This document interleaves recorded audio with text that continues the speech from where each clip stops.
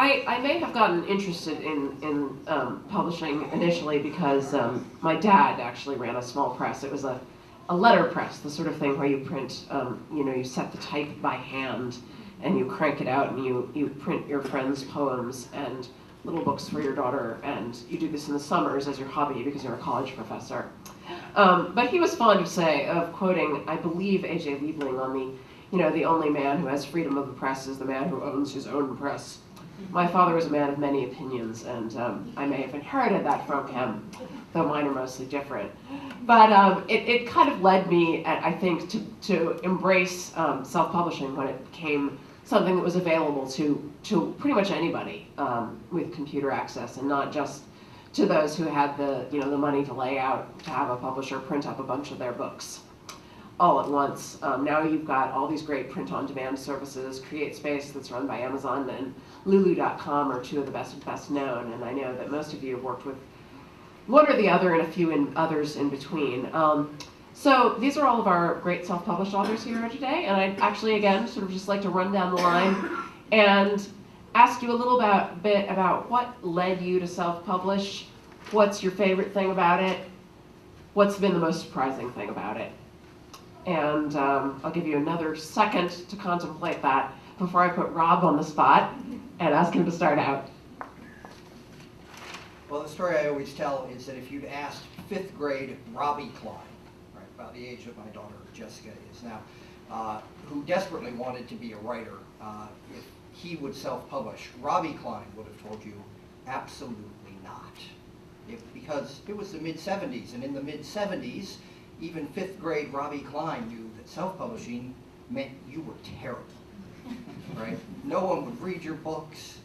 You'd have thousands of copies that you paid thousands of dollars for in your basement, right? This was not a viable option. I grew up in Cedar Rapids in the shadow of the Writers' Workshop. I knew what real writers did. They got publishers. So you flash forward to my friend Randon, who I was telling you about earlier, and his case of terminal cancer. We call that writing on deadline. And when Randon and I were done, we decided we better publish, because one of the most important things to us was that we gave Randon the famous author experience while he was still healthy enough to enjoy it. And so I had to put aside long-standing biases in favor of a new model, a new and sort of amazing model that still has some challenges you have to overcome. As some of you may know, I'm the Gazette's, none of the other Gazette reviewers are here, so I will say I am the Gazette's lead book reviewer. And one of the things that has been challenging even at the Gazette is to convince the Gazette that it would be okay to review self-published books, right? In fact, one of the ways we broke down that barrier is that I wrote one, right? And they felt obligated to maybe cover it a little, which was very sweet of them. But at any rate, there are still some challenges that self-published authors face, but there are also lots of opportunities. I've been pleasantly surprised, both with the quality of what's been produced. This is artwork by Hancher's longtime designer, Ron McClellan. You know, it looks like a real book. They do a good job with those sorts of things. And so I've been pleasantly surprised in all of those ways. I would say, again, the only downside so far is that there is an extra legitimacy hurdle when it comes to trying to get the word out. All right. Kate? Yeah, for me, I didn't start writing seriously until I was about 50, little over, well, 50. And it was really at the time when the publishing industry was kind of going downhill. It was getting harder and harder and harder to publish. So my first novel, I had an agent, a very good New York agent.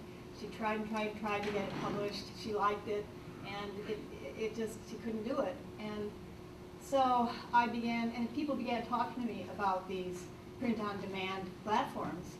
And I thought, oh, I couldn't do this because it's too computerish. You know, I'm not going to know how to deal with it. But I talked to some people who had done it and got some help. And it was just such an amazing, wonderful thing. Kind of like you were saying, I was getting old. I wanted to see books out, you know. I didn't want to wait any longer. And so I hired a local book designer to do the interior, and some local artists to do my covers, so that they, as you said, they would look professional, like they came from a regular big publishing company, whatever. And it's just been wonderful. And the fact that people can order the book and they'll print it, that book. You don't have this giant stockpile of your book that isn't getting sold. So it's just been wonderful. And I will say, I have to say that I work with Create Space, and their customer service is just amazing. You can call them, they can dial this number, they immediately call you back, and always people there to help you. So it's been fun. Joseph? I guess I have a foot in both camps, both small press and self-publishing, because to publish Willie Wilden, which came out 3 years ago, I actually set up a small press as a division of my consulting firm. Therefore, I can write off the expense of publishing on my taxes. That's very pleasant. But yeah, I was getting old. I had this, what I thought was a really good novel. I've been making my living as a writer, strictly as a writer, for 30 years now. I've put in the 10,000 hours. I know how to write a book. Yeah, this is good. This is really good. But I knew that a 160,000 word novel by somebody who has never been known as a fiction writer, no agent is going to even look at it, let alone any publisher. If I wanted to get it out, and I wanted to get it out before I croaked, and I also wanted to get it out in the form that I wrote it. I didn't want some editor taking the guts out of it and saying, well, it'll never sell if you leave in this part, or we've got to put in this, something like that. No, I didn't want that. This is my art, and you know, I feel pretty strongly about it. So I would rather sell a few copies of something that I really loved rather than have the guts torn out of it and maybe sell a few more copies. This is not genre fiction, it's not popular fiction, it's literary fiction, which basically means I wrote it to impress other writers. And I am really happy that I did it. It's not selling a huge amount. I don't think I made significant money off of this book, but it's what I wanted to write, and it's out there, and I'm proud of it, and I've got another novel coming out this fall, so look for it. All right. Go for it. All right. I am Nicholas Johnson, but I am identified in the bulletin, the thing you were handed about today, as Mr. Murray-Vasey. And if you want to know why and where, that is Mary Vasey in the corner. And she is the reader and the writer in our family, actually. I come to this as initially a professor of media law, which became law of electronic media, which then became cyber law. So I am interested in self-publishing as a subset of all of what's going on with the intersection of technology and media, the 3D publishing, the 3D printing of objects and soon-to-be human organs, the evolution from telegraph to AM radio to FM to VHF to UHF to cable distribution to satellite distribution. So in publishing, I had the experience of working with the literary agent Sterling Lord in New York City, and Little Brown and Bantam during my little 15 minutes of fame, when people would publish anything I wrote on a luncheon napkin. That is nothing that is available to me now. And one of the things that's disintegrated in the media business has been pointed out is what's happened to the publishing houses. It used to be the publishing houses were small publishing houses, and Alfred Knopf, for example, would put money into a first novel of a writer, knowing he was going to lose money on it because it was a good writer, and he wanted to help him out. And they had editors who would make sure you didn't have any typos and so forth. Well, that's gone, all right? And so there's the same phenomenon in Hollywood. I'm familiar with going from the studios to the independent producers in independent films, and we've got an outlet for that now in Iowa City we didn't have before. So that's the overall context in which this interests me. So I view self-publishing to regular publishing as a blog is to newspaper columns. And I've been a nationally syndicated newspaper column writer. The advantage of the blog is that you wake up in the morning, you read the papers, you're mad as hell and you're not going to take it anymore, and you've got your blog essay written. If you get up and start working at 4:30 or 5 as I do, your blog is up and published by 6. Whereas, and then the editors come to me and say, can I use a variation of your blog as an opinion in my paper? And that's fine. But if you're writing columns for the paper, you may have to wait 2 weeks for it to be published. Similarly, with old-fashioned publishing, you've got a lot of hassle to go through if you're in that tiny percentage of people that they would be interested in publishing. Whereas for the reasons Joe laid out, you've got something you want to say and you're capable of producing it on your own.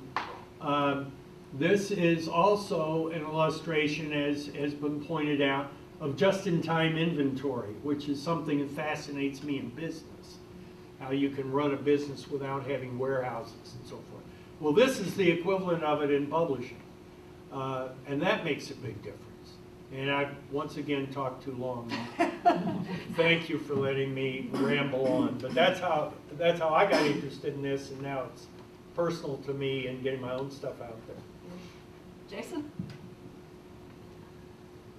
So, I feel like I've had the benefit of being in and amongst the death of two media industries now. I'm starting to take it personally, quite honestly. In the mid to late '90s, I was making music and was in the midst of almost making a living at it, having the next step be make a living at it, at least for a short period of time. And then the internet killed the record industry, and everything contracted. Fast forward 10 years, I finished my book after I came out to the writer's workshop, and I had an agent, and I finished the book, and she had quit agenting because she had a second child. And so in the time it took between when I got into a relationship with her and when I was ready to shop the book, the whole industry had changed. And so I sent the book out a bunch and got a lot of those very kind rejections and some not so kind. But as that process was going on, I realized that it was going to be a very different kind of book than I think any publisher would put out in the way that I wanted it to be put out. As I said, I was a singer and songwriter and did all that stuff, and so in writing the book, I titled a couple of songs by the main character. And then as an exercise, I wrote those songs. And then I started to think, what if I wrote an entire album's worth of songs that were intended to be the main character's songs? And I knew that there was no way that I was going to be able to convince a traditional publisher to also pay for me to go to the studio and put out a record that they'll then have to reproduce and package with the book. So this was at the beginning of the crowdsourcing that is now pretty ubiquitous throughout. So I went to Kickstarter.com, I made a 3 or 4 minute video that explained what my project was and said, this is how much money I need to do it. I ended up, it was pretty cheap too. The one thing that I had the ability to do is I worked in publishing, I worked in advertising. I'm a copy editor, I know how to do graphic design, I run a literary journal right now, so I had all of that. Plus I had my own studio, I knew how to do all that. So I just said, if I get this small chunk of money, I can make the book and I can make the record. And I can make it value added for the people who are pledging by saying, if you want to give me $50, I'll print a hardcover through Lulu.com and send you that along with the record. Or, you know, 25 gets you the paperback. And I saw that as almost a step back to when you would have patrons, people who said, we believe in your work, and we're gonna step up and say some small portion of what it takes for you to do what you need to do, we'll help you out. And so it was a really great experience for me. Ultimately, I have 4 other books almost finished at this point, but it took me 8 years to write this one, so I'm not on any timetable or anything.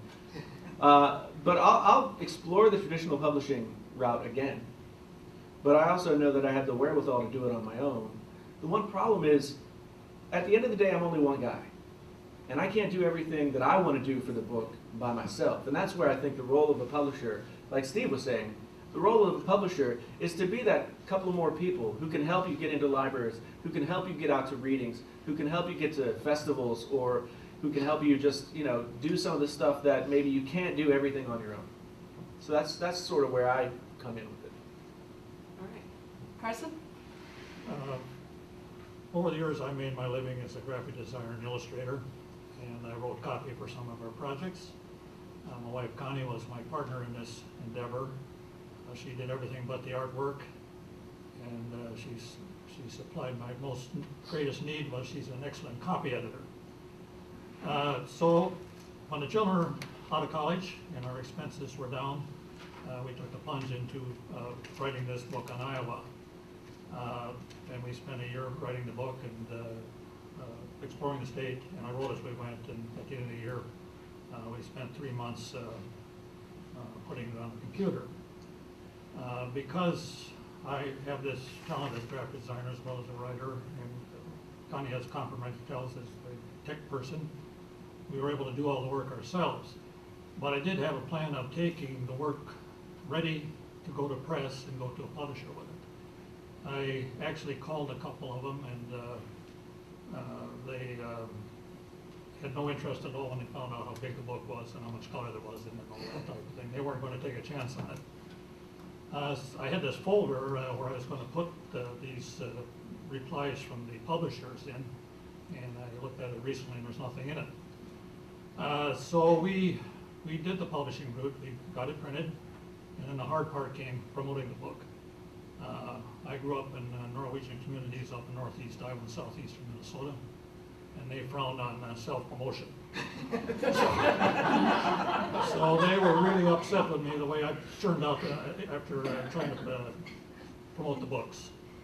We really worked hard at this part of it, and we called on retailers across the state. We lined up a lot of them. We got it in all bookstores on our own. So it's been a lot of work the whole way, but things have gone well. We have no problem publishing it, and they've sold well. We're up to 10,000 on the Iowa Spaces book. So the end result is things went quite well, and we're thankful for that. Bill? Well, like everybody else here, I think I started the public, going through the traditional route, going to the people in New York who are soon going to all be in the Hudson River. But the first thing I ran into was this 80,000 word limit. Nobody wanted to even read it or hear anything about it if it was over 80,000 words.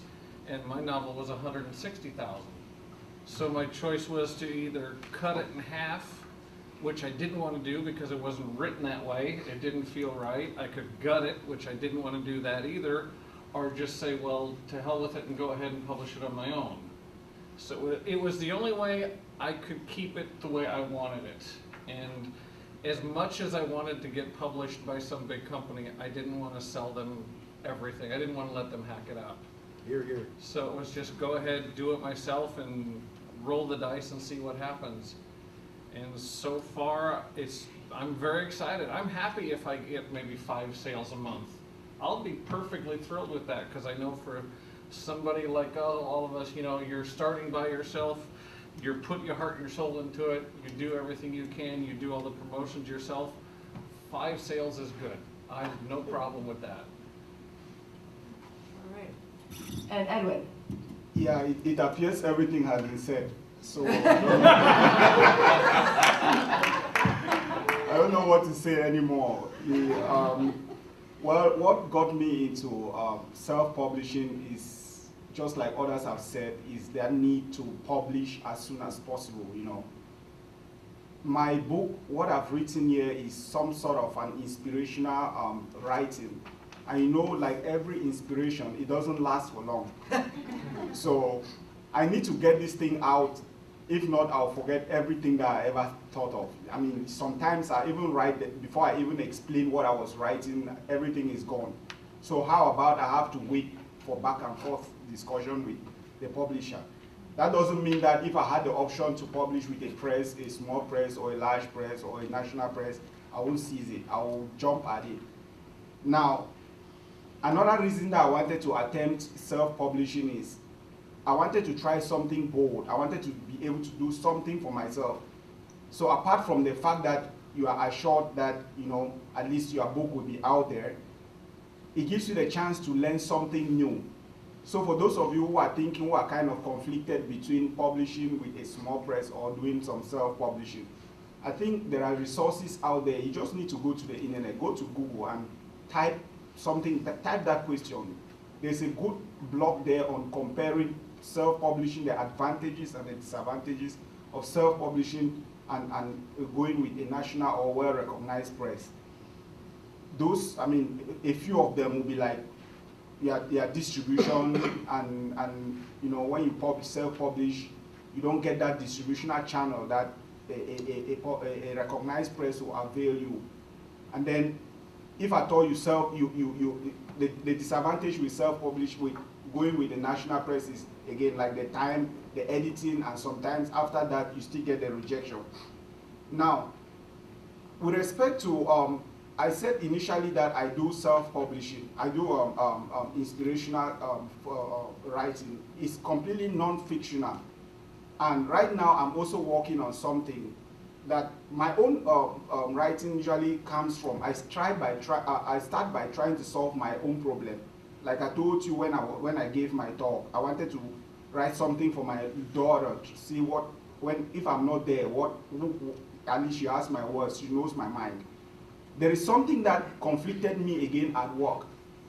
The first time, I'm a statistician by profession, I work for ACT. So the first time I started working, when I talked with my advisor, he said, Edwin, you know that you have a lot of very good ideas, but you don't focus. That is just the point, that I don't focus. And because of that, I'm developing a book right now on focus at work. Some principles of focus at work, where I'm looking at a lot of other things, trying to establish that focus that will give you productivity, to sustainability, health, and complete commitment. I intend to publish again, do some self-publishing, but after listening to Steve and Jenny, I think I'll give small authors a try. I mean, I'll give them a shot. I'll talk with them. But again, I think, like Laura said, there is the Create Space, there's Lulu. They have all kinds of things out there if you have the patience to do it. They have all kinds of things out there for you to come out with a professional copy. And at the end of the day, they always send you a proof copy that you need to look at it to make sure you are very satisfied before they go on to make it complete, to make it as a book. And then again, that idea that the only on demand is really interesting. So these are the sort of things that, as if you want to consider those two things, please think well about those. Thank you. All right, thank you. I want to make sure we have a chance for everyone to eat the last 8 cookies and visit with the authors, buy copies of their books, tell them how great they are. Thank you all so much for coming. At 4:30, I will usher everyone out the door. So please, in the meantime, feel free to mingle. And thank you again to all of our writers for coming out today.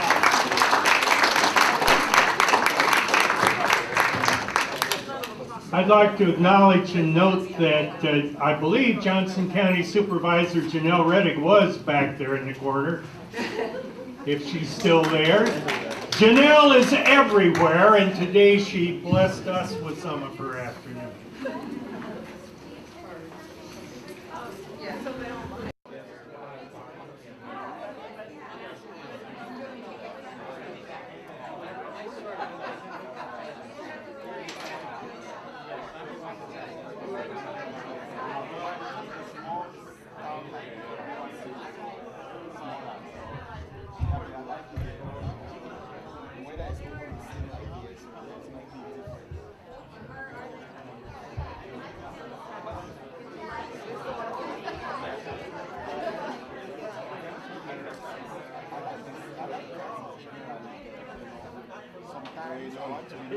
All right. That was a great reading.